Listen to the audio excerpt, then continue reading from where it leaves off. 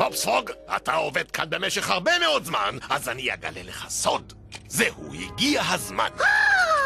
זה אומר... כן, המתכון של קציצת הסרטן שלנו. בוא איתי ילד, נלך למקום שבו אף דג לא יוכל לשמוע.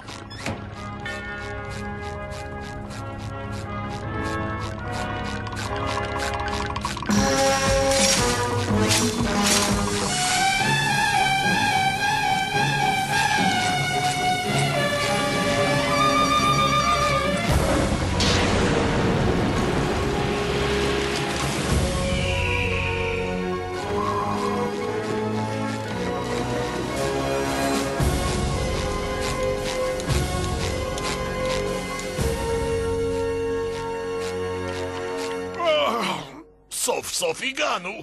מהר, תיכנס למשרד לפני שמישהו יראה אותנו.